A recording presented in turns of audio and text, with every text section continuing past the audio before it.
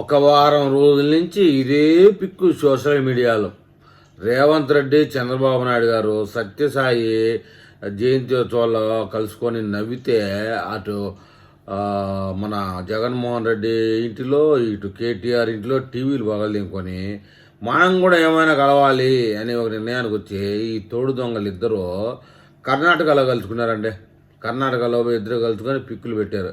ఇదంతా YCP social media ప్రచారం చేస్తుంది. విషయం ఏంటంటే గురు శిష్యులు ఇద్దరు ఎడమకాలతో ఎగిరి తంతే ఇద్దరు తోడు దొంగలు పక్క రాష్ట్రంలో పోయి కలుసుకొని మాట మంతి మాట్లాడుకుంటారు. ఏం మాట అంటే ఈసారన్నా మనం గెలుస్తామా వాడతామా, నీతో తిరుగుతాడా నేను, నాతో నువ్వు తిరుగుతాడా, మీ చెల్లెలు నువ్వు బయటేసావు, మా చెల్లెల్ని నేను బయటేసాను, మన ఇద్దరు దారులు ఒకటిగానే ఉన్నాయి. మరి నెక్స్ట్ 2028 తెలంగాణ ఎలక్షన్, 2029లో ఏపీలో ఎలక్షన్, మన ఇద్దరి భవిష్యత్తు ఏంటి అని చెప్పేసి వాళ్ళు మాట్లాడుకోవడం జరిగింది.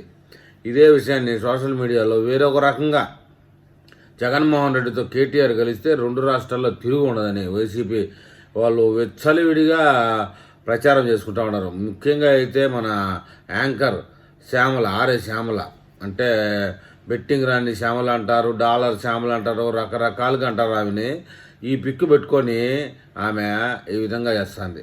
మొత్తానికైతే వీళ్ళిద్దరూ 2029లో గెలుస్తారా ఓడతారా అనే విషయం ప్రజలందరికీ తెలుసు. గెలిచే అవకాశం లేదండి.